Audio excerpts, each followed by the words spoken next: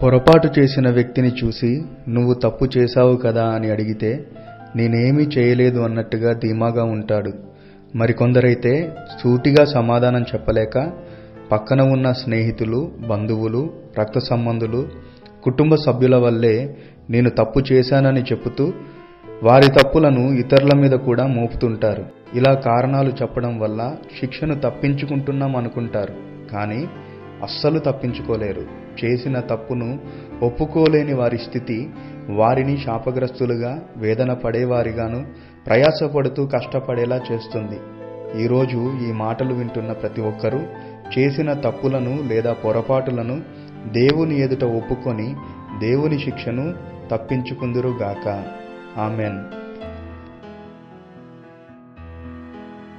పొరపాటు చేసిన వ్యక్తిని చూసి నువ్వు తప్పు చేశావు కదా అని అడిగితే నేనేమీ చేయలేదు అన్నట్టుగా